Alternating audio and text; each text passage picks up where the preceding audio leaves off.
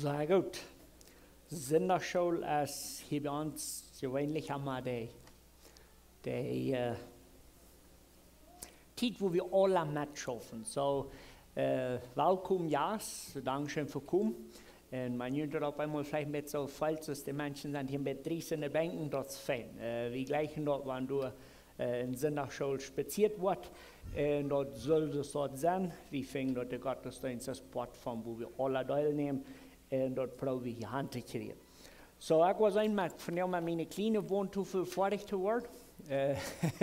Wir sind auch mit verwandt mit unserer großen Fan-Wohntafel, aber von der ist das auch fein. Gut, wenn wir an die Prophetenbücher denken, was sind Dinge, was wir sollen bewusst sein beim Lesen? Wir haben mal behaupten, eine Lesmerkung von, was brauchen wir zu weiten, wenn wir prophetische Bücher lesen?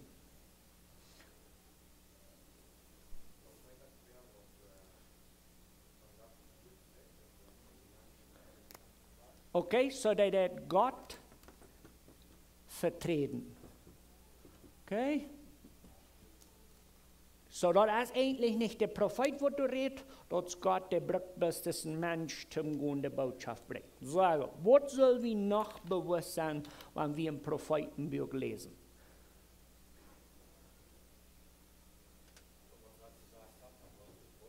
Okay, sehr gut. Alles, was erfällt. Dort sollen wir unbedingt weiten. Okay, that's it, you're foot. What noch? Nicht? Okay, so dort sollen wir aber noch mehr breiter merken. So, was hat Gott gesagt?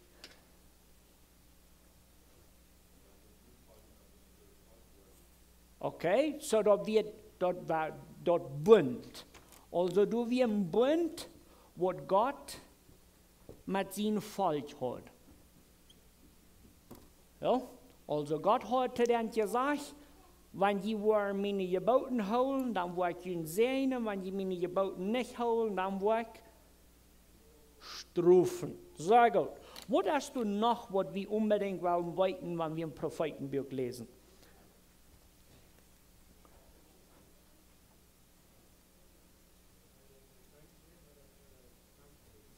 Okay, du hast einen Unterschied zwischen als die Botschaft für das Volk oder als die zu den Tiernen. Das ist sehr wichtig, weil das eine verschiedene Handlung mit den Lehrern vom Volk ausgelegt hat, das Volk. Was können wir noch sagen, was wichtig ist, vom Prophetenbuch zu verstehen?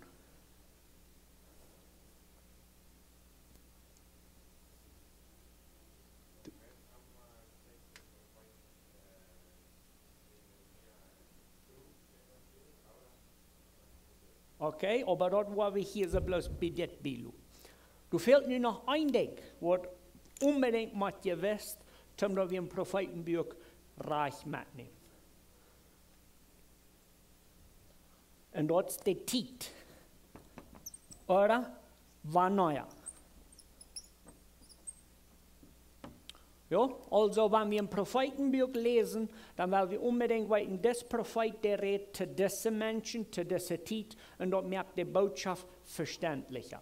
Also wenn wir zum Beispiel Prophet Daniel, Kapitel 8, 9 durchlesen, dann merken wir, der Prophet redet von man 70 Jahre vorbei sind, dann wird das und dort ein Jahr, das merkt keinen Sinn, wenn wir nicht wissen, dass das Volk Israel 70 Jahre in Babylon ist, gestraft worden. So, das sind bloß Dinge, die wir unbedingt wollen weiten, wenn wir in einem prophetischen Buch nehmen. So, ich wollte das einmal übergehen. So, der Prophet redet nicht bloß, wenn er nicht jankert, der redet an Gott seine steht. Also, Gott braucht den Prophet sein Müll und predigt eine Botschaft.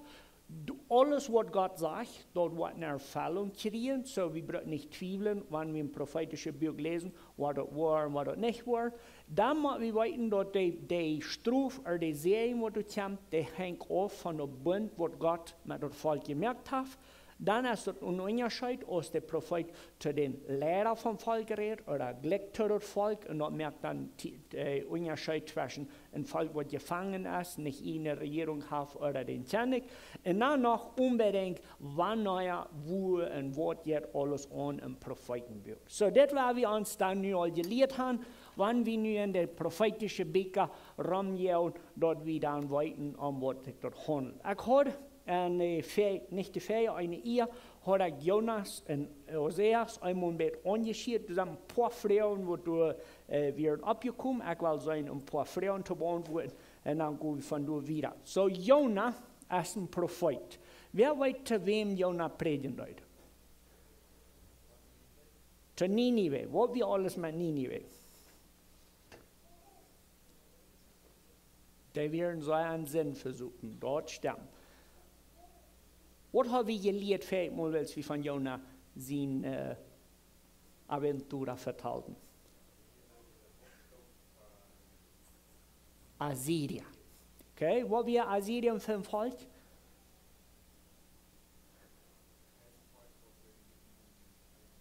Da wir ein Herdenvolk, wo die Norden Israel würde mitnehmen. Okay? Und dann haben wir uns so mit unserem Home, von was alles anging. Aber du wirst diese Frau, wo so als Jonah ein prophetischer Buch, wenn ein Jonah-Buch keine Prophetie ist? Ah, das ist eine Karte Raum davor, ne? Wer weiß, was Jonah seine Botschaft wäre? So gut. So, wenn ihr wollt, dreht man mit nur Jonah, Kapitel 3, und du willst wie Vers 4 lesen.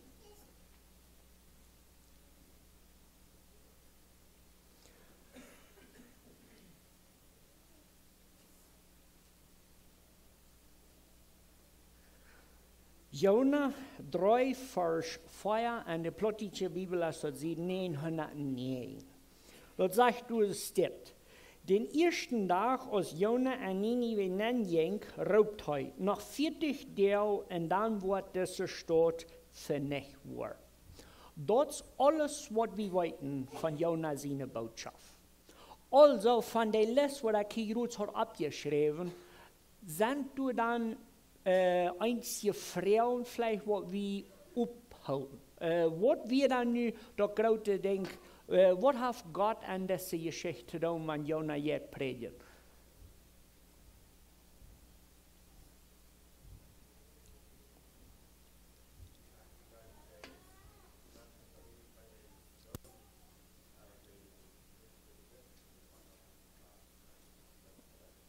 Okay, da wir ein Volk, wo du eigentlich können wollten, die Janker, ob es nicht so gehorsam zu sein, können sein. Was lehrt das Jonah-Buch uns dann, wenn wir nicht wissen, was Jonah gepredigt hat?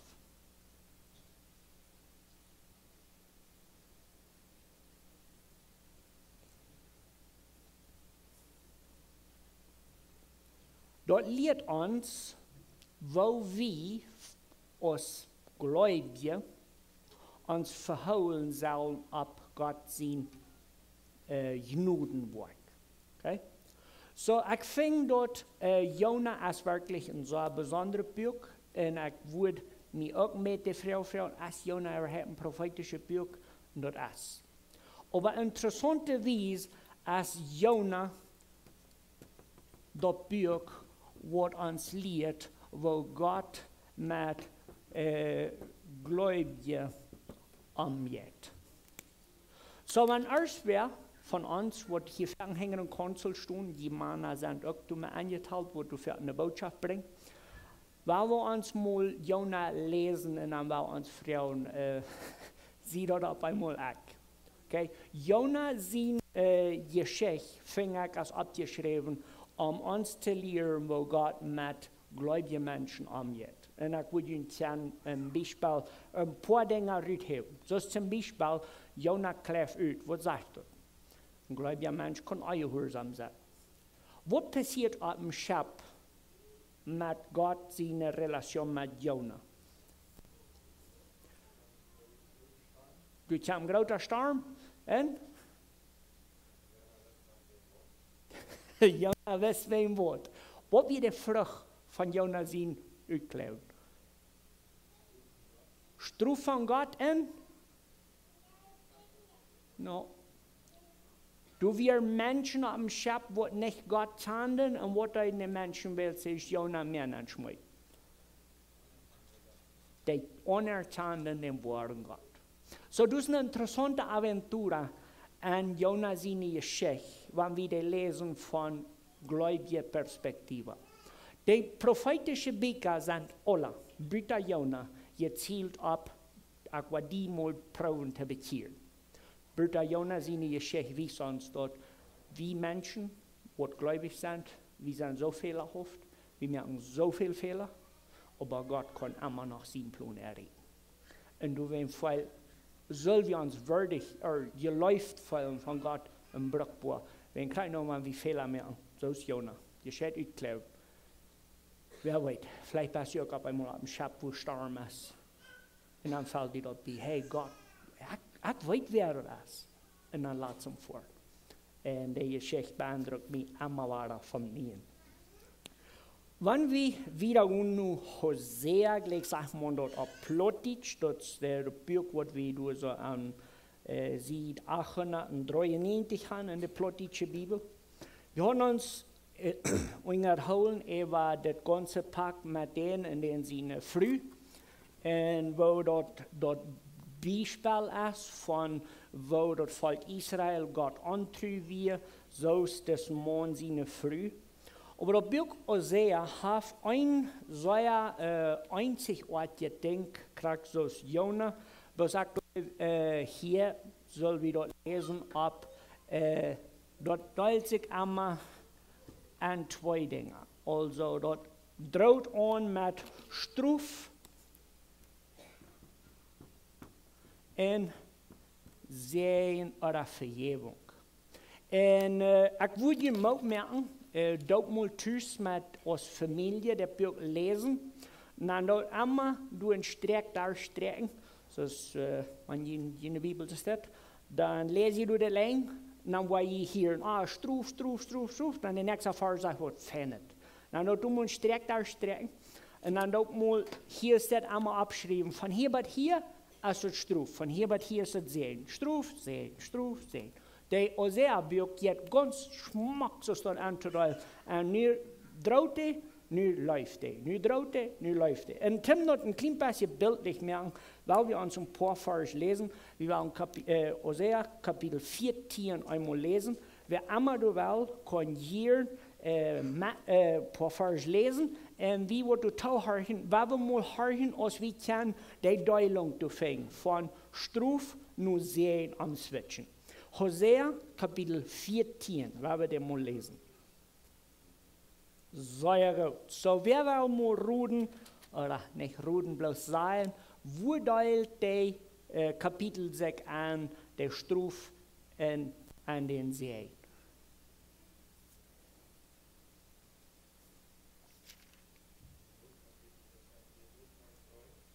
Nur Vers 3.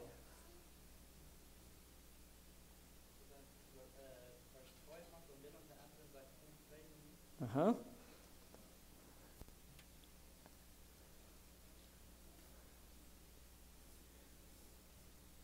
Woordalte Kapitel 6 aan Struf en aan Zee.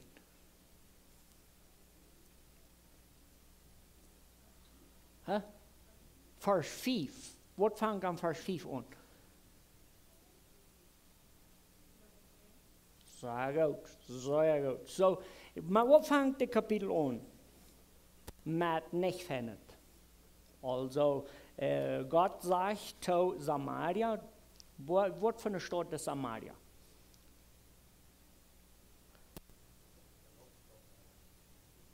Das ist die Hauptstadt am Norden direkt. Sehr gut. So, Samaria wird ein sehr aufjähriges Volk geworden, während der Regierung hat es durchgebracht. So, diese Botschaft geht nur Samaria, und dann sagt er, du, das Größlichste, was wir uns von der Stadt vorstellen können.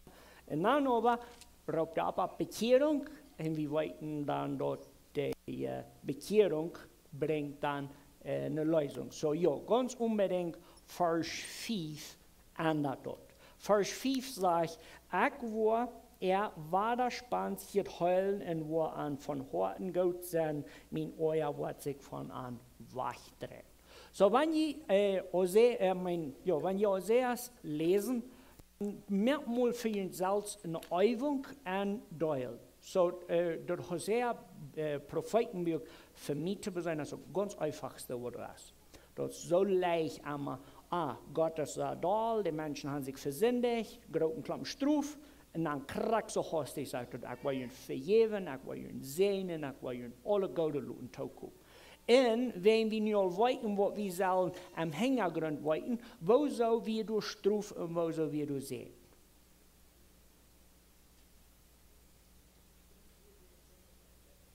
Oh, Tjatari. Und wo soll wir durch sehen kommen? Der wird trägen und Gott kommen. So das Bund, was Gott hat Sinai-Berg gemerkt, wie immer noch jährlich. Wenn sie sehen will, bloß ein einzigen Gott dein, und den sie nicht gebauten haben, das ist alles fein. Gott ist wirklich große Gnade und Vergebung. Dann wollen wir uns drehen nach Amos. Amos ist ein Prophetenbuch, und ich evaluiere sehr, als ich jemals hat aus dem gehört mal von Amos reden. Wer von Ihnen hat mal von denen gehört? Ja, wenn ihr das alles gelesen, nicht? Okay, so, wer weiß, was für ein Mensch Amos war? Alles wer? Wie der Reck oder wie der Arm?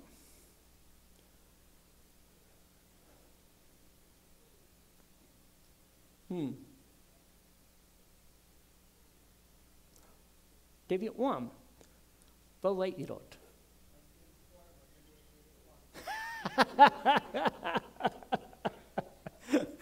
Sehr gut, das wird ein Farmer. Besser war das ein Farmer. Wer hat das wenigstens in der Bibel gefunden, wo Amos ist? Wer weiß, wovon es sieht, das ist eine plottische Bibel? 898. Sehr gut. Ja, das führt du sagst Hosea, Joel und dann du Amos. Okay, so wir wollen hier so Amos ein Vers einlesen und dann muss ich noch so ein Formulier. Sehr gut. So, was wird das dann für Mond? Dat wir een Schubsformer, een kassenformer, wat dan allemaal zo'n Tier moet zo bij. Dat is het einzige wat bij mij wichtig is. Ik weet einzige van onze mensen in de twee gleichen kassen en schub en bij mij, ik wil liever een kuhn hebben als een kassen en schub. So, die zijn bij mij besalig op de lijst. Aber allemaal des Morgen, die had een jedij van een wildnis rambezelen en schub hingen rondgaan. Wenn wir uns die Israel-Landschaft bekennen, ein Schubformer, der wird sehr viel einsame Zeit haben, der wird seine Schubhänger angehen. Ich weiß, so sind unsere Waderspreiter, die sind hier nicht. Die haben durch eine Steigmaschine in der Welle abgestellt und die haben durch nur ein gelehrt, wo das Schubsleben wie ein Boy.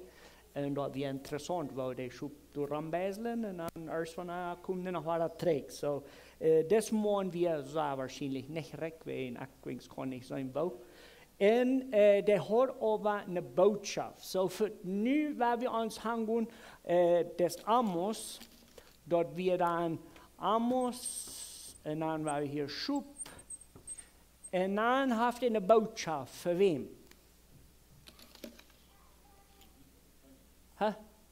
Für den Chinese, sehr gut, so den kenne ich von wo?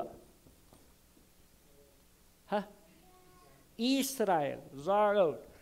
So, wohnt wie Israel, dort wo war direkt oder dort ungestet? Dort wo war es, sehr gut. So, was wir mit, wer will mir mal ein Ding sagen, was Abfall ist von Israel?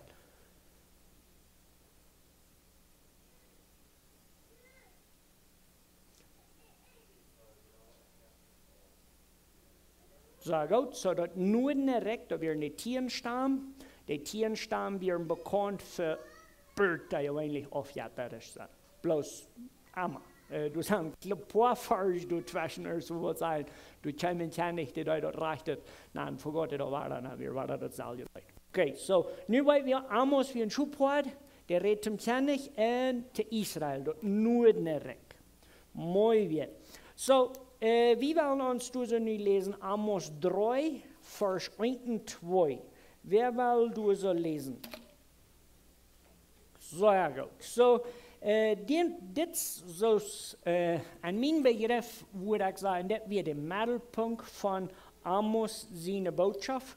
Aber wir wollen uns hier so ein klein bisschen nennen. So, einmal war als Ägypten der Punkt, wo die Juden oder das Volk Israel soll andenken.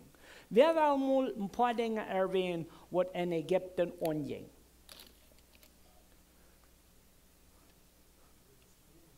Dort der ganz rechte Anwalt, Sklaven. Was noch? Sklaven en Jatta. En was wird wie dann sein? Das Volk Israel soll was an den holen, wenn der Prophet früher was in Ägypten angewohnt.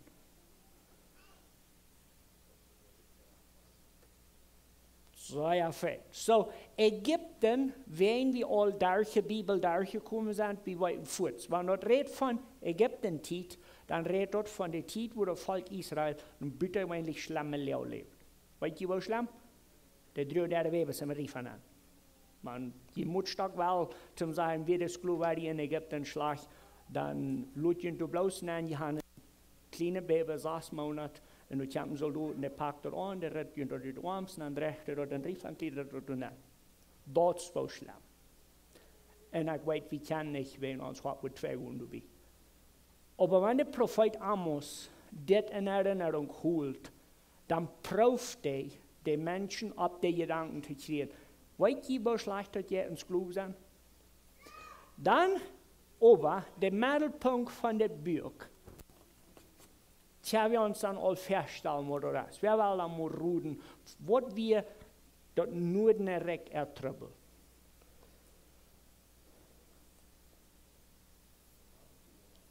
Ja, aber wo Leute dort Land aus, wenn die von Gott aufgewandert werden? Du wirst ein paar Recken und du wirst einen großen Klumpen Arme.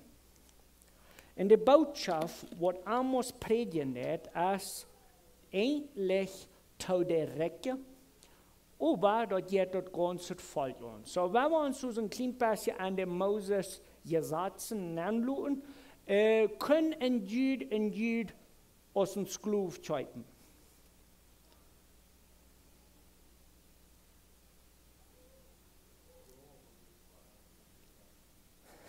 Okay, die können aber bloß für ein kleines Schauzchen. Wieso würde das eine Lehre geben, wo ein Israelit einen Israelit aus dem Sklav haben?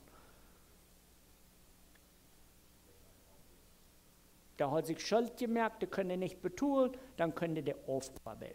So, wir eigentlich nicht Sklaverei, so wie am Hängerkopf denken, da wir bloß mit so die nu Geld gefragt, nu kam sie mir auffordern, ich kann nicht, dann sagst du, komm, schaff mal 2 Monate umsonst, und dann hast du betont. Das ist von euer Pferde gedeutet. Aber was hier dann nu wir, der Recke, der würden für die Arme keine halb ewig haben. Ist das reich oder ist das nicht reich?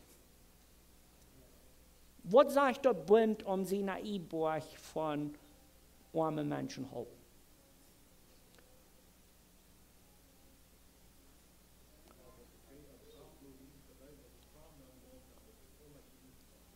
Dankeschön, Johnny. Die Eigen sollen dich nicht bedraschen, wenn du könntest, was du vorbeigehst, sich die Kinder übreln an der Arbeit. Das stimmt. Wo weit wie noch von der Bund, was Gott hat mit Israel gemerkt, was Reck und Arm betrachten wird?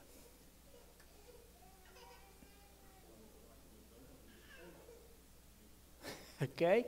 So, wenn die Recke sich nicht an die Arme erbarmen, dann wird das ganz bestimmt arg. Und dort wird das erste, das ist die Nummer 1 von das Eierhursam. Der Recke halten nicht der Arme, so ist das so. Der zweite Ding, was hier passieren wird, wir Sklaverei unja Sklaverei. So was passieren wird, wir der reichen Menschen, die deuten nicht bloß die Armen nicht halten, die nutzen die ut, bei dem Punkt, wo die sich verschulden wollen, bei dem Punkt, wo die einen wollen und die wieder verkaufen als ein Sklav. Also, dass wir nicht bloß eine Schuld aufarbeiten, dass wir ihr Geld mehr mit uns verkaufen. Und dann, wenn das ist, so wie wir uns dort, dann kommen wir noch das dritte Ding mit bei, und dass wir kein Gesetz mehr, was uns können, gehalten wird.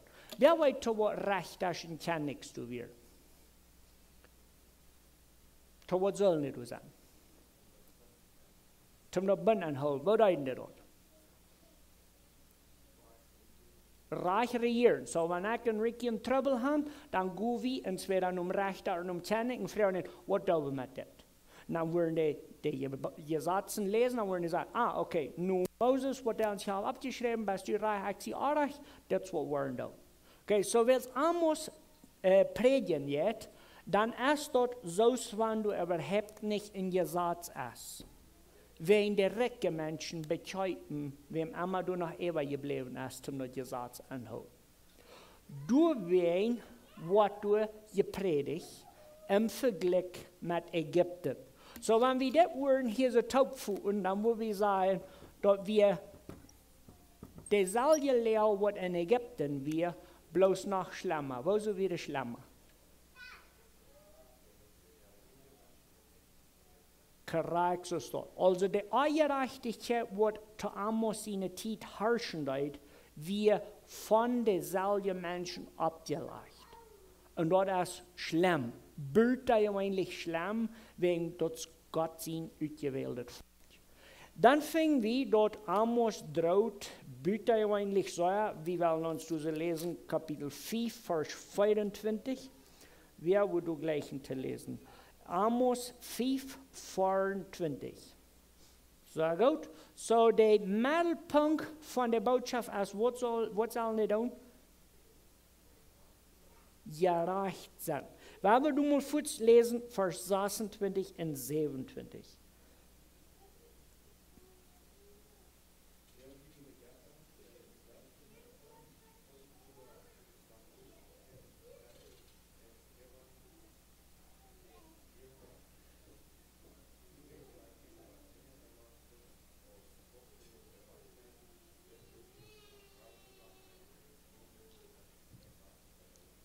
Sehr gut. So, dann sage ich Amos, du, weißt du was? Gott wird ihn wegschlafen, aber geht nicht mehr. Und das ist interessant, die Geschichte zu beobachten, dass das nur ein Volk Israel ist, sich verschwunden. Schau weit, wo die geblieben sind. Von der Verschlappung, was passiert, ist nichts geblieben. Das ist eine treue Lehre. Wenn wir uns dann über das Buch lesen, dann werden wir nicht bloß hier nur, okay, Ungerechtigkeit, das sieht gerade nur Ägypten, Gott ist da, wenn Ungerechtigkeit geht an, dann werden wir uns aber noch das letzte Chapter voll Hupen holen. So, wir werden uns das lesen, Amos 9 von Vers 11 bis 15. Sehr gut. So, das Buch nimmt einen Glanz von Hoffnung, wo Gott sagt, da wird ändern. Aber further alles ändern kann, weil wir uns so Vers 9 und 10 auch noch lesen. Aber 8, 9 und 10, das sagt, hört einmal. Gott der Herr rächt seine Augen nur dort sind gerecht. Doordat dat hij dat van de eerd uitroet, wanneer hij Jacob zijn Nachkommen ook niet ganz uitroeden wordt. Dit laat je vom Herrn gezegd zijn. Pas op, ik wil dat woord geven en de Ungerechte bestrafen. De Israeliten waren mang de Völker verstreit worden, zoals man einer met een zeef schädert en kein Stein op de Erde fällt. Alle Sünder von mein Volk waren unter dort schwer umgekommen. all die wat sein, die Schuden wat wohl nicht bei uns kommen und uns treffen. Ich würde wel von Amos seine Botschaft für uns von der eine Lehre gleich in Rüte nehmen. Wenn wir uns mit der prophetischen Bücher beschäftigen, ich glaube immer, dort die Bibel lehrt durch Beispiel. So, wenn wir Bibel lesen, da sind 3 Wege von der Bibel transliert. Ein das ist ein Gesetz, ein das ist Utgeschlutene und ein das ist ein Beispiel. So, das ist morgen, wenn ihr die Bibel lesen, das ist immer entweder ein Gesetz, ein Beispiel oder alles, was Utgeschlutene ist. Wenn wir Amos lesen, dann finden wir Gott seine Einstellung über gläubige Menschen. Also Amos redet uns von Gottes Volk. Was wir mit dem Volk der große Trouble? Das haben wir al geleerd, sag das mal.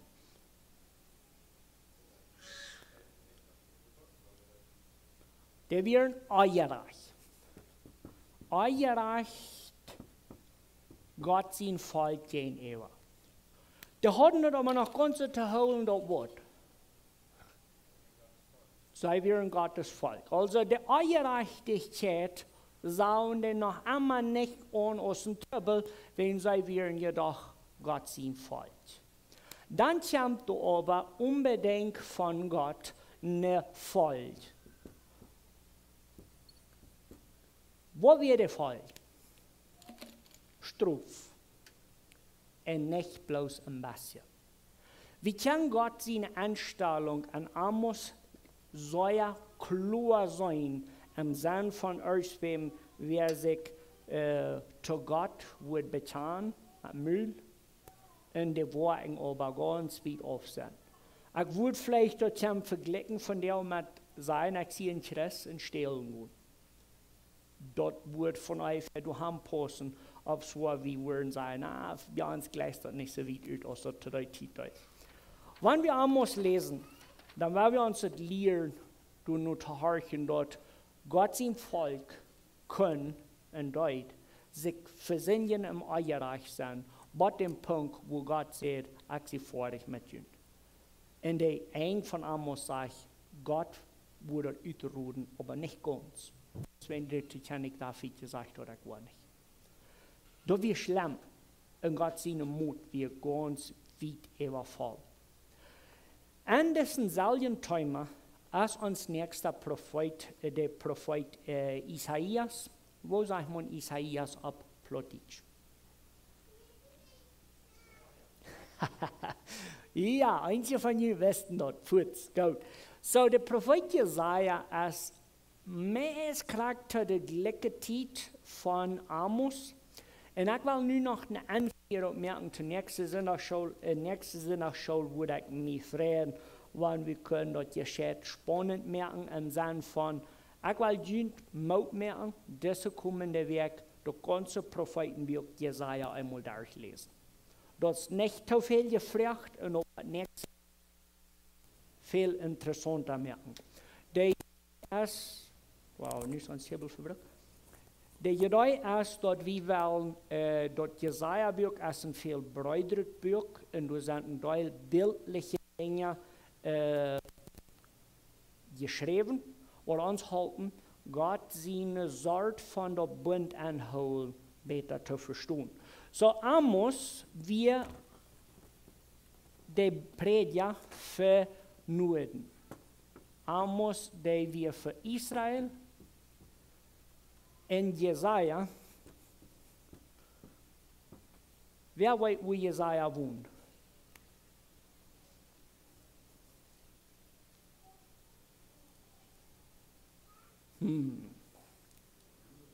Jerusalem, dort stimmt. Jesaja wohnt in Jerusalem. Okay? Und dann wird die weiten dort Jesaja seine Botschaft als Wort. Wenn der Amos seine Botschaft legt, dann was wird dann Jesaja seine Botschaft sein?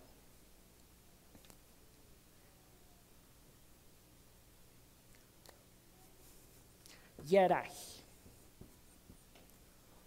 Wat fällt je de eerste bij, en ik weet, Jesaja is niet een onbekende profeet. Wat is dat eerste ding wat je bijvalt wanneer je denkt aan profeet Jesaja?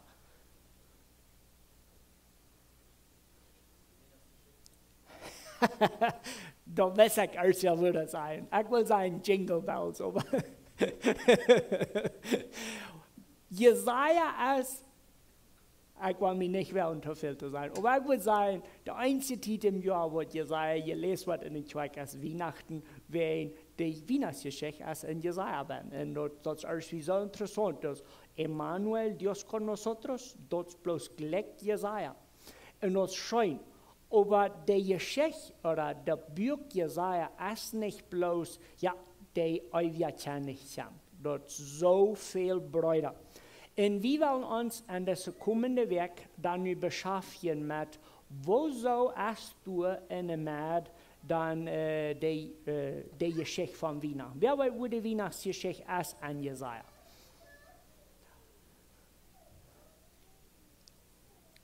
Weißt du, wenigstens Kapitel 53, dort stammt. So gut, so Jesaja 53, ich soll nicht bloß 53 lesen. Ich will je merken, lese Jesaja von Anfang an. Dann wollen wir nur zwei Dinge sehen. Das erste Ding, und wenn du was geschrieben hast, dann schreibst du das mal ab. So, Jesaja schrift, und ich will die halbe Arbeit all down, dass Jesaja lesen, was schreiben. So, Jesaja redet von einem Baum. Und das Baum, der wird durchgehackt. Der Baum wird durchgehackt und alles Schmack davon verschwindet. Der, der den durchhackt, der wird ab zweimal, der wird erst einmal aufgeschnitten und dann wird der Stamm noch verbrannt. Oh, das ist nicht reiner Schrieb, aber einmal, der Stamm wird noch verbrannt. Dann kommt da so ein kleines Lächchen in Jesaja schrift von dessen oft gebrannten Stamm, wo vielleicht bloß noch ein paar Aster in der Erde ausgebrannt sind, kommt auf einmal ein kleines Blattgefähr. Dort ist der Mitteltimer, wo ganz durch Jesaja durchkommt. So wir wollen hier so die Semilla, den, hat mich fehlen, um nicht mal Spanisch anzuschreiben, so, den Kuren, war wir sehen. Dann haben wir uns durch dem, dass wir das Buch lesen, was geht hier dann an? Ganz klar, das Bild von den aufgehackten, verbrannten Stamm, Baum, was nicht mal du ist, wo ein kleines Blattchen rüberkommt, ist eine Geschichte, die uns als Christen von der unbedingt angeht, weil du gedacht, die Weihnachtsgeschichte oder so wird. Das Kuren, weil wir herangehen. Aber dann wollen wir noch andererseits die sind, oder der Ursache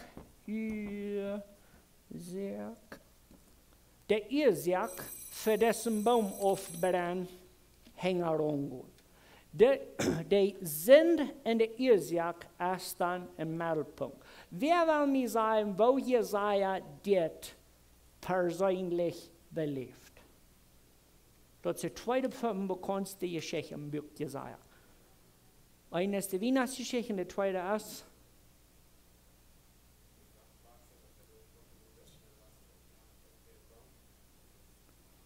no, Jesaja glaubt, er wird sterben.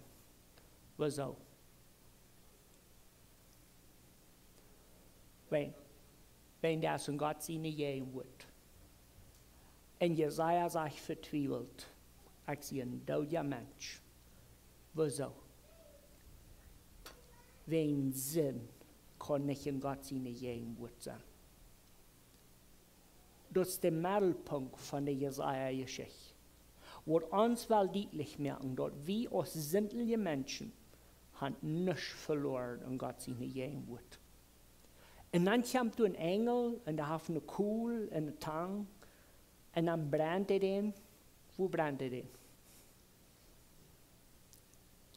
Aan de tong. En dus dat wundervolle Bild von wo Gott Jesaja ist nicht ein feiner Mensch, das ist ein sinteliger Mensch. Der steht in Gott seine Jemwoorden weit auch sie verdammt.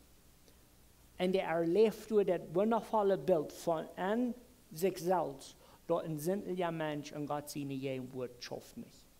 So, wenn wir uns in dieser Aventur für nächste Sonntag nennen für Jesaja, mal einen großen Pinsel lassen merken, dann würde ich Ihnen fragen, lest die Geschichte und höre ich nur zwei Dinge. Was ist mit, dass du kämpfst, was frisch vandaag gewesen? Und was ist Sinn oder die Ursache, für wo soll Gott sein Gerecht kommen?